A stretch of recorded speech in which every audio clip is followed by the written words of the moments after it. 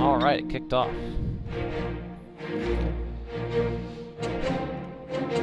I have a blank screen, which is always exciting.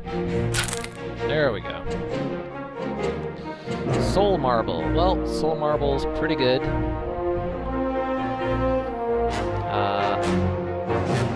It can transform into this guy, a 6/6 Steadfast with Spell Shield, which is almost impossible to remove, can attack every turn, or it can boost all your other creatures.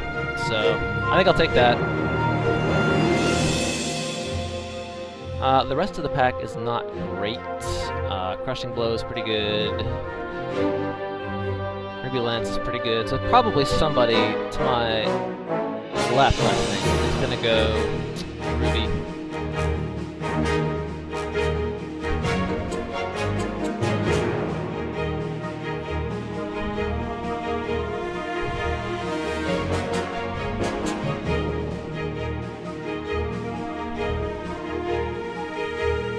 This makes a great turn 2 drop. You can just pump it up during all those turns where everyone's saving their mana. Alright. So here...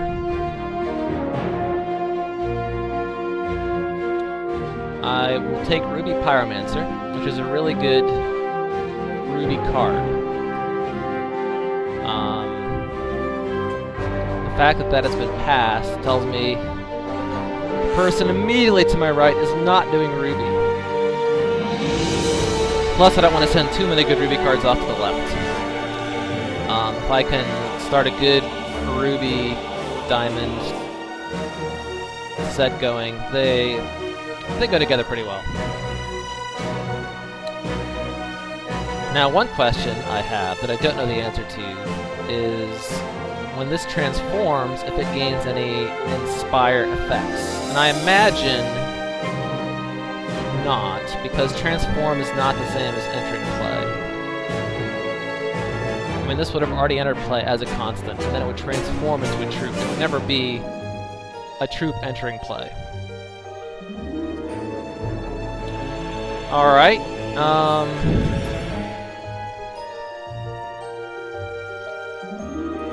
interesting. Terrobot and Scrapwell there, so I don't think anybody to my right is doing a Dwarf deck. That's really good. That could be scary if somebody picks up that in Wild. This guy's actually, I feel like, surprisingly good.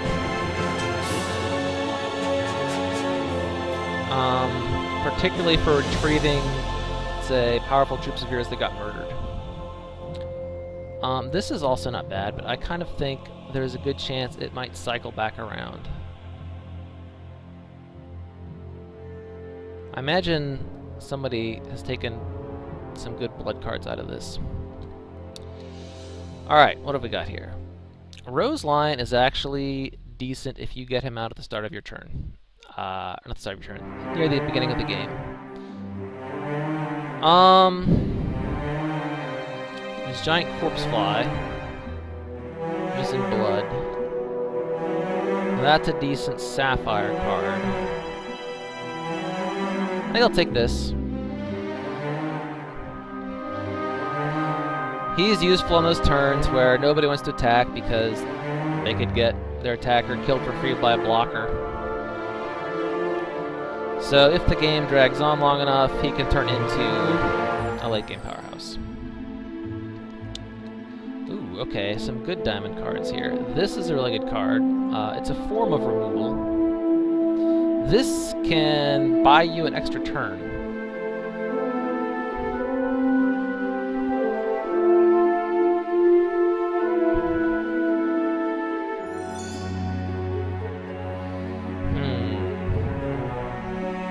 I really don't know which is better.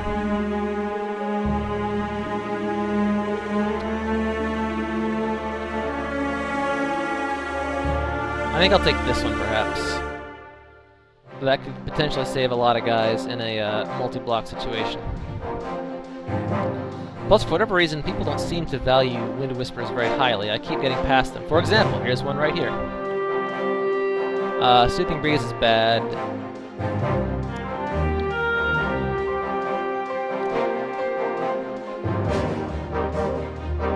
I'm gonna guess that somebody to my right is taking a lot of Ruby because I'm not seeing too many good ones show up. So the person immediately who's passing to me clearly did not go Ruby because he gave me Ruby Pyromancer. Or else he is going Ruby and he just rare drafted that pick and gave me Ruby Pyromancer anyway. Another Ruby Pyromancer. Okay, well that's interesting. These are actually all very good cards. That's an excellent wild card. This is an excellent diamond card. This is an excellent ruby card. This is a pretty good blood aggro card. This is a really good flyer. He escapes burn. That can be very good. This is an excellent wild card. And even that is, that's a good sideboard card, I would say, if you're running Ruby. But it's not as good as Ruby Pyromancer, so that's what I'm thinking.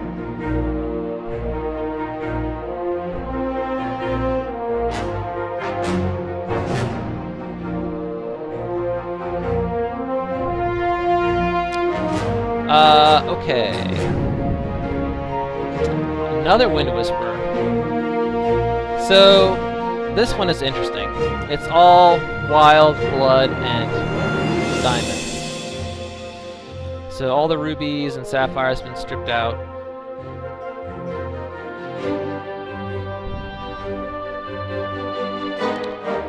I feel like having a flyer is good, probably.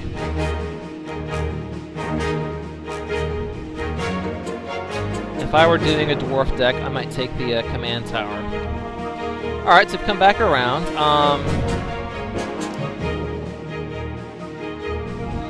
I guess here I would say Rigid Buffalo is the best.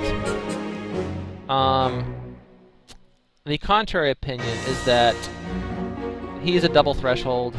I've got a lot of low-cost Ruby cards. I might want to take Shadowblade Lurker instead, who only requires a single Ruby. If I wind up with, oh, okay.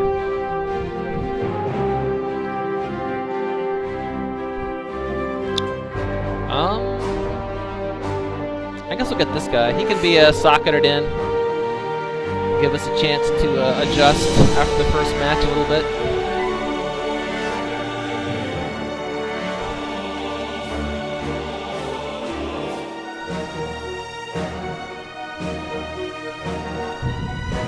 I wasn't looking, but I don't believe I was ever past any additional rares.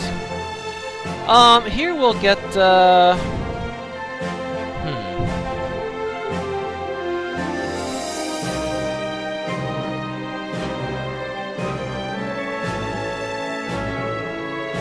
This might help us with our resource issues. I'll take him, I guess. He's a perfectly acceptable 5-drop. Ah, this is an excellent card. I feel it's rather underrated. It deals 1 damage automatically each turn. Alright, well, we will... Sure. That's not a great card, but it does only require 1 ruby threshold. Soothing Breeze. Nope. We will take Vine Trap, which is actually a fairly good wild card. It can be very difficult to dispose of a 3 with 4 health. And we'll take that too. If you get a bunch of these Darkspire Orcs, this one will really let you... Ooh, okay. So here, we're not going to take Wretched Brood. But there are some good cards.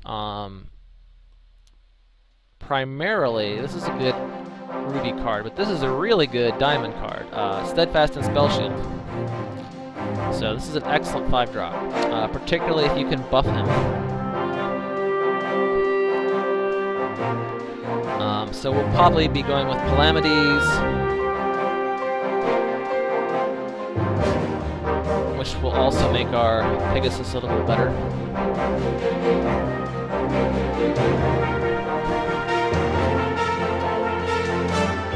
this guy can win games all on his own, particularly if he winds up with Life Drain. He has Steadfast, so he can attack without being exhausted. I don't know why, the stag there makes me think he's an escaped character from Game of Thrones. Alright, this is an interesting situation here. We have Ascetic Aspirant. Turn him into an Enlightened Seeker.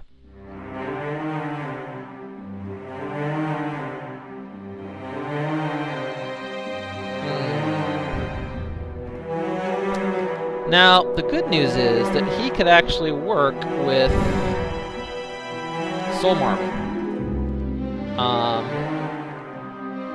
I could, instead of playing cards, dump my mana into pumping up Soul Marble. So, you know, then of course once you get him, well, he's great. I think I'll try him. Maybe he'll work out. The other great option here... I mean, Flock of Seagulls is really good. I'm surprised nobody chose it. But we can't really choose it. Burn to the Ground. That is excellent. Definitely taking that. Other notables here. I mean, there's a lot of good cards here, actually. Shadow Grove Witch. Mesmerize. Survival of the Fittest is a great wild card. It's really hard to build a good wild deck without that, I feel, as otherwise you do not have much in the way of removal.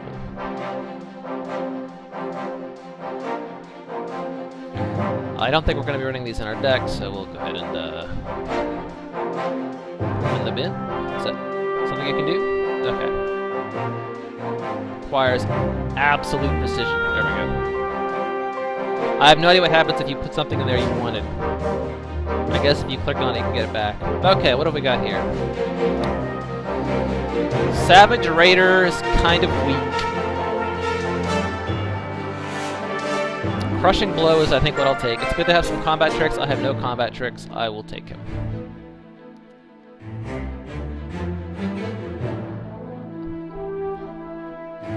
Crushing Blow is a really good combat trick. It's only for one turn, but it will almost certainly save your guy for only one resource. And it gets crushed, so it can let you get a surprise win.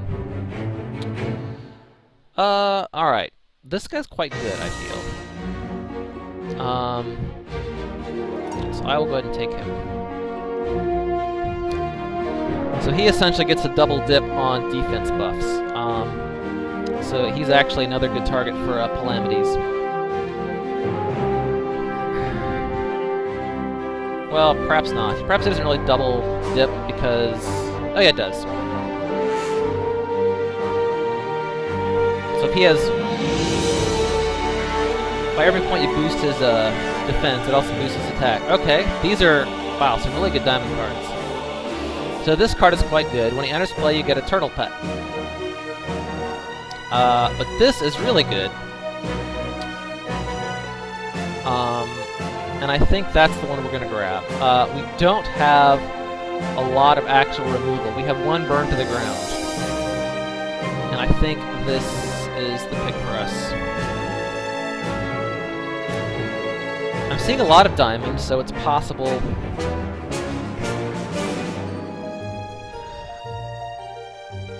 Possible people to my left were not diamond. I don't know. It seems unlikely that the turtle guy would circle back around, but he might. Alright, this guy's actually not bad. He has Swift Strike, so if you can get him out on turn 3, he will really help you cut down on the amount of damage you're taking from aggressive decks. He'll be able to kill most early aggressive drops for free with Swift Strike. You can also give the Grimskull Sorcerer Swift Strike, but he only does 1 damage, so he will not kill something that has 2 health.